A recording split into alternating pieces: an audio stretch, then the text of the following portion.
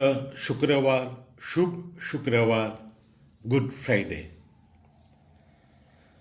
આ તહેવારના ચિંતનનો વિષય છે ઈસુને ક્રોસ ઉપર કોણે મારી નાખ્યા. બાળપણથી મળેલી આ સમજ મને ક્યારેક સમજાતી નહોતી. ઈસુ આપણા પાપો માટે મરી ગયા. આપણી નબળાઈઓએ એમને ક્રૂસ પર વીંધી નાખ્યા. એક આજ્ઞાકિત ધાર્મિક વ્યક્તિ તરીકે મેં ક્યારેય જાહેરમાં આ પ્રશ્ન ઉઠાવ્યો નથી, પણ આ પ્રશ્ન વર્ષો સુધી મારી અંદરને અંદર ઘૂંટવાયા કરતો હતો. ઈસુના મૃત્યુ માટે હું જવાબદાર કેવી રીતે હોઈ શકું? 1000 વર્ષ પહેલાં તો હું નહોતો, તો ઈસુને મારી નાખનાર હું કેવી રીતે હોઈ શકું? ઈસુ આપણા પાપો માટે મરી ગયા. આ આપણી માન્યતા એના પાયામાં યશાયાના ગ્રંથમાં રહેલા વચનો છે. તે આપણે કરેલા અપરાધો માટે વિંધાઈ ગયો અને આપણા દોષો માટે રીબાયો. એણે ભોગવેલી સજાને કારણે આપણે સુખ શાંતિ ભોગવી રહ્યા છીએ. એને મળેલા ચાબખાથી આપણે સાજા સમાજ છીએ. આપણે બધા ઘેટાની જેમ જેને જેમ ફાવ્યું તેમ જતા હતા, પણ પ્રભુએ આપણા બધાનો દોષ એને માથે નાખ્યો. આપણે કહીશું કે ઈસુને મારનાર તો યહૂદી હતા. આપણે કહીશું કે ઈસુને મારનાર તો રોમનો હતા. અને આ પણ આપણને બાળપણથી મળેલું શિક્ષણ છે. મને પ્રશ્ન થતો કે અમુક યહૂદીઓએ ઈસુને મારી નાખ્યા. શું આથી આખો યહૂદી સમાજ જવાબદાર હોઈ શકે? ઈસુના માતા પિતા યહૂદી હતા, સ્નાન સંસ્કારક યહૂદી હતા, ઈસુ ખુદ યહૂદી હતા. તો એક આખા સમુદાયને તમે દોષ કેવી રીતે આપી શકો? બધા રોમન લોકોએ ઈસુને મારી નાખ્યા નથી. પિલાત, સૈનિકો અને થોડા ઈસુના ક્રૂસ ઉપરના મૃત્યુ માટે જવાબદાર હોઈ શકે, પણ થોડાને કારણે તમે આખા રોમન સમાજને જવાબદાર ઠેરવો એ કેવું? સૈનિકો તો માત્ર નોકરી કરતા હતા અને પિલાત, રોમન સુબો, એ તો દબાણમાં આવીને આ નિર્ણય આપી ચૂક્યો હતો. તો ઈસુના મૃત્યુ માટે રોમન સમાજ, આખો સમાજ કેવી રીતે દોષિત ઠરાવી શકીએ? વાલા મિત્રો, તો પછી ઈસુને ક્રોસ ઉપર મળેલા વધસ્તંભ ઉપર લટકાવવા માટે જવાબદાર કોણ? ઈસુને કોણે મારી નાખ્યા હતા? ઈસુ સામે ચાલી તો મૃત્યુને ન બોલાવે. જો ઈસુ સામે ચાલીને મોતને ભીટવા ગયા હોય તો એને આપણે આત્મહત્યા કહીશું. આપણે કહીશું કે પરમેશ્વરે પોતાના દીકરાને વધેરી નાખ્યો આપણને બચાવવા માટે. તો પ્રશ્ન થાય કે આ કેવો પિતા છે જે પોતાના પુત્રનું ખૂન કરતા અચકાતો નથી, મારી નાખતા અચકાતો નથી? આ પિતાની કરુણામય ક્યાં ગઈ? આ પિતા આટલો કઠોર હોઈ શકે? વળી આપણે કહીશું કે પરમેશ્વર તો ન્યાયી છે. કોઈના દોષ માટે અન્ય કોઈને સજા, આવો ન્યાય, પરમેશ્વરનો ન્યાય કેવો? તો પછી પ્રશ્ન થયા જ કરવાનો છે, ઈસુના ક્રોસ ઉપરના મૃત્યુ માટે જવાબદાર કોણ? ઈસુને કોણે મારી નાખ્યા? ચાલો ફરીથી આપણે યશાયાના શબ્દો ગંભીરતાથી સાંભળીએ. તે આપણે કરેલા અપરાધો માટે વિંધાઈ ગયો અને આપણા દોષો માટે રીબાયો. એણે ભોગવેલી સજાને કારણે આપણે સુખ શાંતિ ભોગવી રહ્યા છીએ. એને પડેલા ચાબખાથી આપણે સાજા સમાજ છીએ. આપણે બધા ઘેટાની જેમ જેને જેમ ફાવ્યું તેમ જતા હતા, પણ પ્રભુએ આપણા બધાનો દોષ એને માથે નાખ્યો.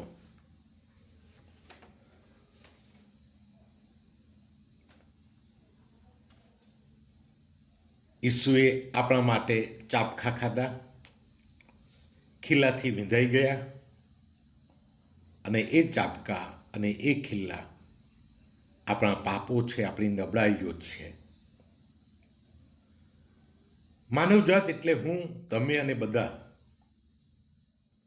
માનવમાં રહેલા મૃત્યુલક્ષી વલણો, અહંકારમય માન્યતા, ભય, ડર, લોભ, લાલચ, મોટાઈ, અંકુશ, આ બધાથી માનવજાતની દરેકે દરેક વ્યક્તિ પ્રભાવિત બની છે. દરેકે દરેક વ્યક્તિ દોષિત છે,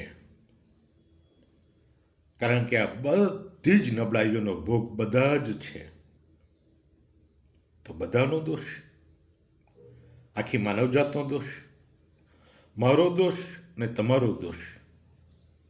ઈસુને મૃત્યુ ઉપર મારી નાખનાર હું અને તમે અને આપણે બધા જ.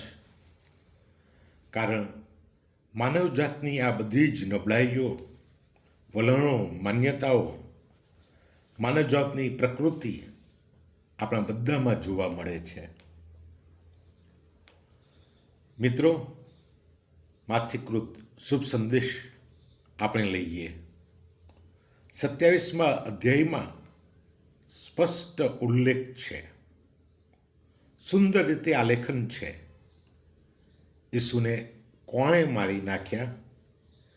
ઈસુના વધસ્તંભ, ક્રોસ ઉપરના મૃત્યુ માટે જવાબદાર કોણ? પરોઢ થતાં બધા મુખ્ય પુરોહિતો અને પ્રજાના આગેવાનોએ મસલત કરીને ઈસુને મૃત્યુદંડ દેવડાવવાનો તાગડો રચ્યો. પછી તેઓએ તેમને બાંધી લઈ જઈને સુબા પિલાતને સોંપી દીધા. ઈસુને ક્રૂસ ઉપર લટકાવનાર માણસની સંકુચિત ધાર્મિકતા અને વિચારહીન ધાર્મિક સમજ છે. આ ધાર્મિક આગેવાનો અને શાસ્ત્રીઓ અને ફરોશીઓ ધર્મના રખેવાળો છે. તેઓ ધાર્મિકતામાં લોકોને દોરે છે અને ધર્મની સમજ આપે છે. પણ જો આ લોકો જ આંધળા હોય તો શબ્દશઃ વિધિઓ અને આજ્ઞાઓનું તેઓ પાલન તો કરે છે અને પાલન કરાવે છે, પણ એ વિધિઓ, એ વચનો, એની પાછળ જે અર્થ છુપાયેલો છે એને જ તેઓ વિસરી જાય, એ અર્થને જ તેઓ મારી નાખે. દાખલા તરીકે વિશ્રામવાર પાછળનો અર્થ છે પ્રભુ માટે સમય આપ. અને પછી ઉપવાસ, એની ઉપર વધારે મહત્વ આપી દે.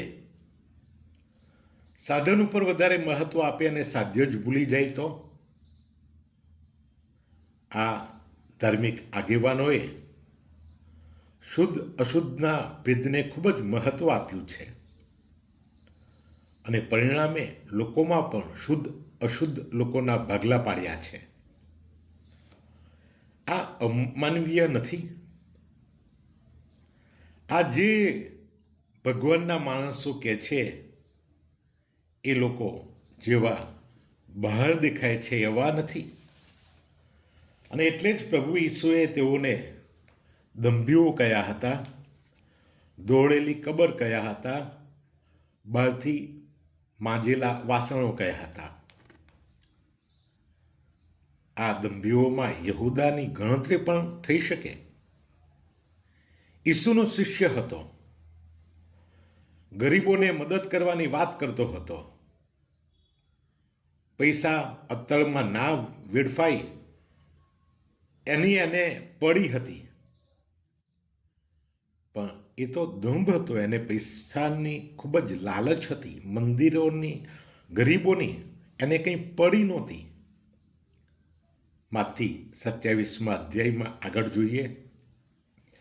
ઈસુને પકડાવી દેનાર યહૂદાને જ્યારે ખબર પડી કે તેમને મોતની સજા થઈ છે, ત્યારે તેને પસ્તાવો થયો અને પેલા 30 ચાંદીના સિક્કા મુખ્ય પુરોહિતોને અને આગેવાનોને પાછા આપીને બોલી ઉઠ્યો, મેં પાપ કર્યું છે, નિર્દોષનો જાન લીધો છે. એ લોકોએ કહ્યું, એનું અમારે શું?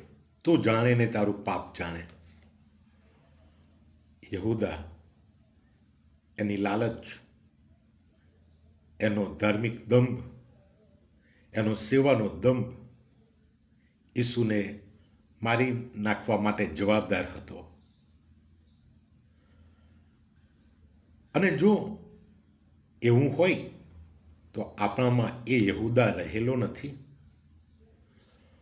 આપણા લોભ લાલચ માટે આપણે ધર્મનો દુરુપયોગ કરતા નથી. આપણે અંદર અને બહારથી કંઈક જુદા, અંદરથી કંઈક જુદા નથી. આપણે દેખાડો કરતા નથી, મોહરા પહેરતા નથી. તો પછી આવું જો આપણે કરતા હોય તો આપણે જ અને આપણામાં રહેલા એ યહૂદાએ ઈસુને વધસ્તંભ આપ્યો છે, ઈસુને મારી નાખ્યા છે. ઈસુના મૃત્યુ માટે જવાબદાર કોણ? તો કાયરતા ભરી આપણી સમાધાનકારી સમજ અને વલણ. માથીના 27મા અધ્યાયની 11મી પંક્તિથી આગળ લઈએ. ઈસુને સુબા સમક્ષ ખડા કરવામાં આવ્યા. એટલે સુબાએ તેઓને પૂછ્યું, તું યહૂદીઓનો રાજા છે? ઈસુએ કહ્યું, તમે કહો જ છો. મુખ્ય પુરોહિતો અને આગેવાનો તેની સામે આક્ષેપો કર્યા જતા હતા, પરંતુ તેમણે કશો જવાબ ના આપ્યો.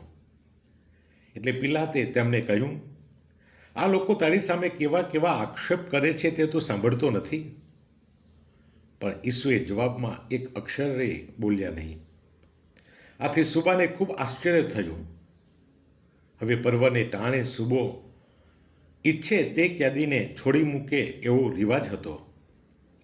એ વખતે બરબ્બાસ નામે એક નામીચો કેદી તેમના તાબામાં હતો. એટલે પિલાતે તેમના લોકોને પૂછ્યું, તમારી શી ઈચ્છા છે?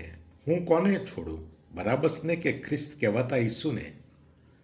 કારણ તેઓને ખબર હતી કે લોકોએ કેવળ અદેખાઈને લીધે તેમને સોંપી દીધા હતા. પિલાત ન્યાયાસન ઉપર બેઠો હતો. ત્યાં તેની પત્નીએ સંદેશો મોકલ્યો. આ પછી તેણે લોકોની માગણી પ્રમાણે બરાબસને છોડી મૂક્યો. સુબો પિલાત કાયર હતો. સુબો પિલાત રાજકારણી હતો. એને એની ગાદી, એની સત્તા વાલી હતી. એને ખબર છે કે ઈસુ નિર્દોષ છે. એને ખબર છે કે આગેવાનોની, લોકોની માગણી ગેરવ્યાજબી, અન્યાયી છે. અને છતાં દબાણમાં આવીને લોકોને ખુશ કરવા, પોતાની ખુરશી બચાવવા નિર્દોષ ઈસુને ક્રોસની સજા ફરમાવે છે. અસત્યનો સાથ આપે છે, સત્યની જાણ હોવા છતાં. શું માત્ર સુબો પિલાત જ સત્તાપ્રિય છે? શું માત્ર સુબો પિલાત જ કાયર હતો? એ પિલાત મારામાં જીવે છે, તમારામાં જીવે છે, બધામાં જીવે છે. જ્યારે માન, સન્માન, સત્તા, ગાદી, વૈભવ માટે આપણે સત્યને સાથ આપતા નથી, એટલું જ નહીં અસત્યને સાથ આપીએ જ છીએ, ત્યારે આપણે ગુનેગાર બનીએ છીએ, ગુનો આચરીએ છીએ, આપણે દોષિત છીએ. અને એ દોષ માનવજાતે 2000 વર્ષ પહેલાં કર્યો હતો. નિર્દોષ ઈસુને મારી નાખ્યા હતા સત્તા માટે, દબાણમાં આવીને, રાજકારણમાં રહેવા માટે. મિત્રો, ઈસુને કોણે મારી નાખ્યા? તો આપણી વિચારહીન આજ્ઞાધીનતાએ ઈસુને મારી નાખ્યા. આપણી અંધભક્તિએ ઈસુને મારી નાખ્યા. ઘેટા જેવું આપણું અનુસરણ અને અનુકરણે ઈસુને મારી નાખ્યા. 20મી કડી જોઈએ. મુખ્ય પુરોહિતોએ અને આગેવાનોએ લોકોને સમજાવ્યા કે તમે બરાબસને છોડી મૂકવાની અને ઈસુને મૃત્યુદંડ દેવાની માગણી કરો. એટલે સુબાએ પૂછ્યું, બોલો, બેમાંથી હું કોને છોડી મૂકું? તમારી શી ઈચ્છા છે? ત્યારે લોકોએ કહ્યું, બરાબસને. પિલાતે પૂછ્યું, તો પછી ખ્રિસ્ત કહેવાતા ઈસુનું મારે શું કરવું? બધા બોલી ઉઠ્યા, એને ક્રૂસે જડાવો, એને ક્રૂસે જડાવો. લોકો બમણા જોરથી બોલી ઉઠ્યા, એને ક્રૂસે જડાવો, બરાબસને છોડી દો. ટોળામાં વિચાર વિવેક ન હોય, ટોળામાં લાગણીનો ઉભરો હોય, ઉન્માદ હોય, ટોળામાં કોઈ આગેવાન નથી, વહેતી વાત અને બહુમત ક્યાં છે એમાં એમને રસ છે. તેઓ બહુમતી સાથે જાય, તેઓ સત્તા સાથે જાય, તેઓ આદેશ અને આજ્ઞાનું આંધળું પાલન કરે. સત્ય અસત્યની અમને પડી જ હોતી નથી. એટલું નહીં, સત્ય અને અસત્ય વચ્ચે ભેદ પાડવાનો એમનામાં વિવેક પણ હોતો નથી. આપણે આ મનોવૃત્તિને કન્ફર્મિટી કહીએ છીએ. અને આવા કલ્ટ ઊભા થયા છે, કલ્ટ્સ ઓફ કન્ફર્મિટી, બધે જ અત્યારે પણ. અને આ કલ્ટ ઓફ કન્ફર્મિટી ખૂબ જ ખતરનાક છે. એના ખરાબ પરિણામો માનવજાતને હંમેશા નીચે ખેંચે છે.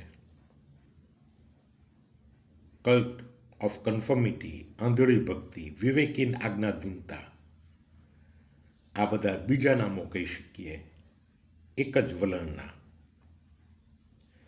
બરાબસને છોડી મૂકો, ઈસુને ક્રૂસે જડાવો, બમણા જોરથી બૂમો પાડનાર. આ એ જ પ્રજા હતી, આ એ જ ટોળું હતું જે ઈસુના પ્રવેશ સમયે કહે છે કે અમને બચાવો, હોસાના એટલે અમને બચાવો. આ એ જ પ્રજા હતી જેમના હાથમાં પથ્થર છે, ત્યારે 4-5 દિવસ પહેલા એમના હાથમાં એ તાડપત્રીઓ હતી. આ એ જ પ્રજા છે જેઓ ઈસુના માર્ગમાં પોતાના વસ્ત્રો કાઢીને ઈસુના માર્ગમાં મૂક્યા હતા, જે આજે ઈસુના વસ્ત્રો ખેંચી કાઢવા માટે પણ ખચકાતી નથી. આ એ જ પ્રજા છે, તાડપત્રની પ્રજા. અને એ જ પ્રજા ઈસુના ક્રૂસ ઉપર લટકાવી દેનાર પ્રજા, પવિત્ર શુક્રવારનું ટોળું. આ વલણ, આંધળું અનુકરણ એ બધે જ પ્રવર્તમાન છે. આપણે પણ એનાથી પ્રભાવિત થયા વગર રહેતા નથી. અને આ જ પ્રભાવ હેઠળ આ ટોળાએ ઈસુને મારી નાખ્યા હતા. અને આજે પણ એ જ ટોળું, અને આમાં આપણે બધા જ, હું, તમે ભાગરૂપ છે, ઈસુને મારી નાખીએ જ છે. સત્યના પક્ષે હોતા નથી.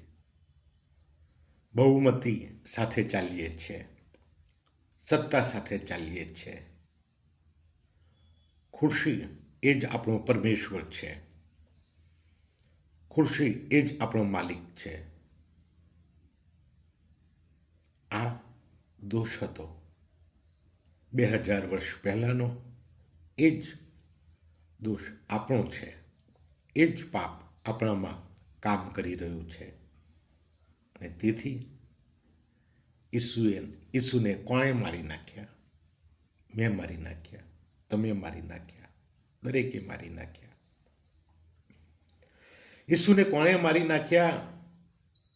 તો નિર્દયી હિંસક વૃત્તિએ મારી નાખ્યા. માત્ર જંગલી જનાવરમાં જ નિર્દયતા હોય, હિંસક વૃત્તિ હોય એવું નથી હોતું. મનુષ્યમાં પણ એ જાનવર, જંગલી જાનવર જીવતો છે. અને એ જાનવર બહાર નીકળે ત્યારે એ નિર્દયી બની જાય છે, હિંસક બની જાય છે. માથીના 27મા અધ્યાયની 27 કડી વાંચીએ. પછી સુબાના સિપાહીઓએ ઈસુને સુબાના મહેલમાં લઈ જઈને તેમની સામે રાખીને પલટન ભેગી કરી. તે લોકોએ એમના કપડાં ઉતારી નાખીને એમને કિરમજી જબ્બો પહેરાવ્યો, કાંટાનો મુંગટ ગૂંથીને તેમને માથે મૂક્યો અને જમણા હાથમાં બરુની એક સોટી આપી. પછી તેમની આગળ ઘૂંટણીએ પડી મશ્કરી કરતા કહ્યું, યહૂદીઓના રાજાની જય. વળી તેઓ તેમના ઉપર થૂક્યા અને સોટી લઈને તેમના માથામાં મારી આમ એમની મશ્કરી કરી રહ્યા. પછી તે લોકોએ જબ્બાને કાઢી લીધો અને તેમના વસ્ત્રો પહેરાવી તેઓ તેમને ક્રૂસે ચડાવવા લઈ ગયા. શું 2000 વર્ષ પહેલાં આપણે સિપાઈ હોત તો આવું જ કર્યું હોત ને? ખાતરીપૂર્વક હું કહું છું કે હા, સિપાઈઓની જેમ આપણે એ સમયે ઈસુને સાથે આ જ વર્તન કર્યું હતું. અને જો આજે ઈસુ હોત અને આપણે સૈનિક સેનાપતિ હોત તો આપણે પણ ઈસુની આ જ રીતે ઠઠ્ઠા, મશ્કરી, મજાક ઉડાવી હોત. એટલું જ નહીં, એના વસ્ત્રો કાઢી નાખ્યા હોત. એટલું જ નહીં, આપણે એની સાથે નિર્દયતાપૂર્વક વર્ત્યા હોત. અને આથી આપણે કહી શકીએ કે આપણે જવાબદાર છે ઈસુના મૃત્યુ માટે. એ આપણું પાપ છે. ચિઠ્ઠીના ચાકર બનવું એ પાપ છે. ઉપરથી આજ્ઞા આવી છે તો વગર વિચારીએ એનું પાલન કરવું એ પાપ છે, એ દોષ છે. બમણા જોરથી તેઓ પોકારી ઉઠ્યા, એને ક્રૂસે ચડાવો. ઈસુની મશ્કરી અને ઈસુ ઉપર હિંસક શારીરિક અને માનસિક અત્યાચાર એ પણ હદ વગરના. આપણી કાયરતા, આપણી ભક્તિ, આપણી વિવેક શૂન્યતા આપણામાં રહેલા જંગલી જનાવરને બહાર લાવે છે. આપણામાં રહેલા જંગલી જનાવરને અંકુશ વગરનો છોડી મૂકવામાં આવે છે. માનવતા પશુમાં ના હોય, અપેક્ષા પણ ના રખાય. પણ જો માનવમાં આ માનવતા ના હોય તો એ હિંસક બની જાય છે, જંગલી પ્રાણીની જેમ. આપણે નોકરી કરીએ છીએ સેનાપતિની, આપણા માલિકની આજ્ઞા પાડીએ છીએ. ખબર છે કે આ આજ્ઞામાં પાપ છે, છતાં પણ અસત્યનો પક્ષ લેવામાં આપણને ખોટું દેખાતું નથી, કારણ કે આપણે અંધ ભક્તો છીએ. શું આના માટે હું ને તમે જવાબદાર નથી? ઈસુના વધસ્તંભ માટે હું અને તમે જવાબદાર નથી? આપણે કહીશું કે આપણે મજબૂર છીએ, આપણે સ્વતંત્ર નથી. પણ પરમેશ્વરની ઈચ્છા છે કે આપણે આપણામાં રહેલી એ સ્વતંત્રતાને, આપણામાં રહેલા એ માનવને ઉજાગર કરીએ કે જેથી જંગલી પશુ નહીં પણ આપણામાં રહેલો ઈશ્વરનો પુત્ર અને પુત્રી બહાર પ્રગટ થતા રહે. ઈસુને મારી નાખનાર ઉદાસીનતા પણ ખરી, નાહવું નહીં અને નીચવવું નહીં, કોઈ જવાબદારી આપણે ઉઠાવવા માગતા નથી. મારે શું જેવી આપણે ભાગોળું વર્તન કરીએ છીએ, વૃત્તિ રાખીએ છીએ, તો પછી ઈસુને મારી નાખનાર આ વૃત્તિ છે ઉદાસીનતા.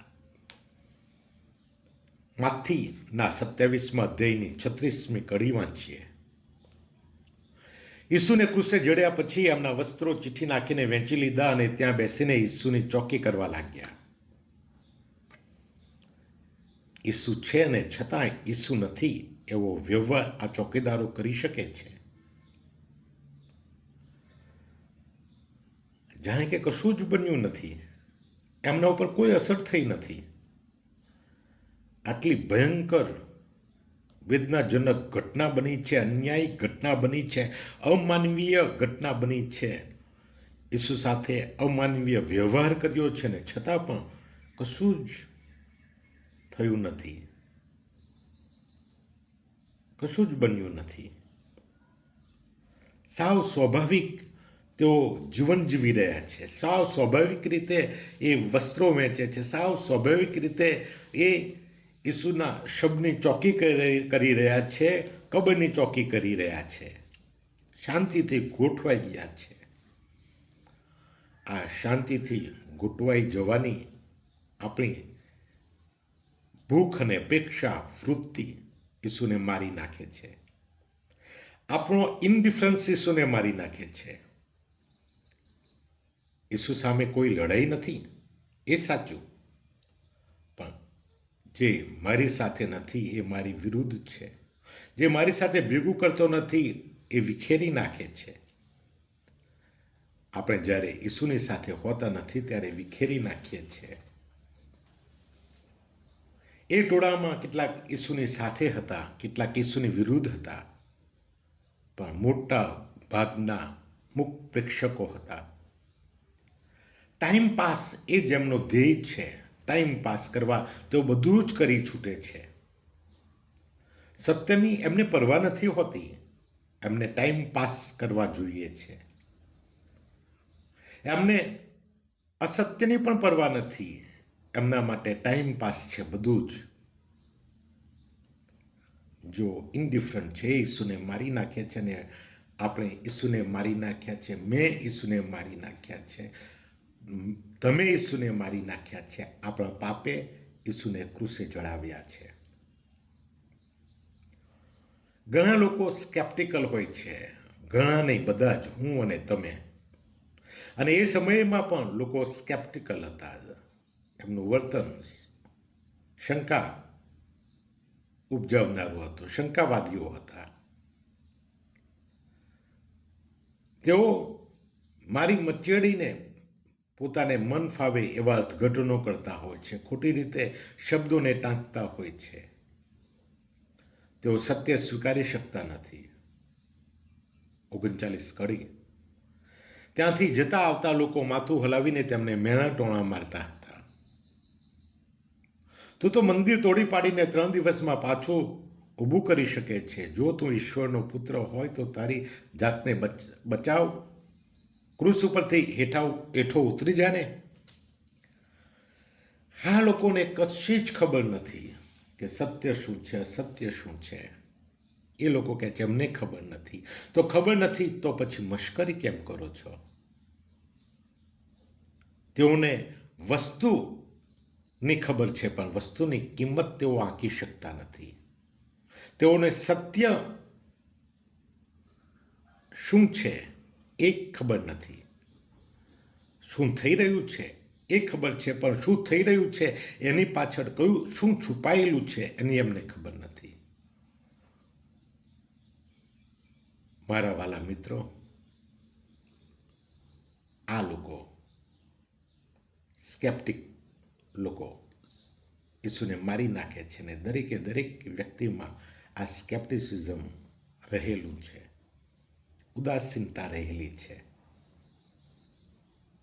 આ ઉદાસીન લોકો જ ઈસુના મૃત્યુ માટે જવાબદાર છે. અને હું અને તમે બધા જ ઉદાસીન છીએ. આપણે ત્યારે હોત તો આપણે પણ આ લોકો ઉદાસીન લોકો જેવી જ ઉદાસીનતા રાખી હોત. તો પછી ઈસુને ક્રોસ ઉપર મૃત્યુ આપનાર કોણ? આ પ્રશ્ન આપણે સમજતા રહ્યા છીએ, સમજવા પ્રયાસ કરી રહ્યા છીએ. ઈસુએ આપણા દોષો એને માથે ઓઢી લીધા. આપણા દોષોના માટે એ કતલખાને જતા ઘેટાની જેમ ગયો, ચાલ્યો. આપણી શિક્ષા એણે ભોગવી. આપણું બંધિયાપણું, આપણી સંકુચિત માનસિકતા, વિવેકહીન ધાર્મિકતા, સમજ વગરની, અર્થના સમજ વગરની આપણી ક્રિયાકાંડી ધાર્મિકતા, આપણી કાયરતા ભરી સમાધાન વૃત્તિ, આપણી વિચારહીન અંધભક્તિ, આપણામાં રહેલી નિર્દયતા અને આપણી હિંસક વૃત્તિ, આપણી ઉદાસીનતા, આપણી ભાગવેડવા વૃત્તિ અને આપણી શંકાશીલ વૃત્તિ ઈસુને મારી નાખે છે. ઈસુને મારી નાખ્યા હતા અને ઈસુને મારી નાખશે ભવિષ્યમાં પણ. મારા વાલા મિત્રો, આપણે યાદ રાખીએ કે આપણી શિક્ષા એણે ભોગવી, આપણા પાપો એના માથે લઈ લીધા. એ ગુલામ બન્યો કે જેથી આપણે સ્વતંત્ર રહીએ, આપણે જીવતા રહીએ, ભરપટે જીવન પામીએ. એટલે ક્રૂસ ઉપર મરી ગયો. આપણે ખુશ રહીએ તેથી તેણે વેદના ભોગવી, એણે હિંસા ભોગવી. જગતના પાપ હરી લેનાર આ ઘેટું સતત આજે પણ તમને બોલાવી રહ્યું છે, મને બોલાવી રહ્યું છે, આપણને બોલાવી રહ્યું છે. ઓ થાકેલાઓ અને ભારથી કચડાયેલાઓ, તમે બધા મારી પાસે આવો, મારી ધૂંસરી ઉઠાવો. મારી ધૂંસરી ઉઠાવવામાં સહેલી છે.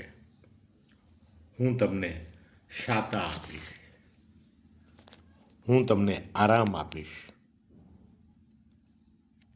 સૌને શુભ શુક્રવાર પર્વની શુભેચ્છાઓ.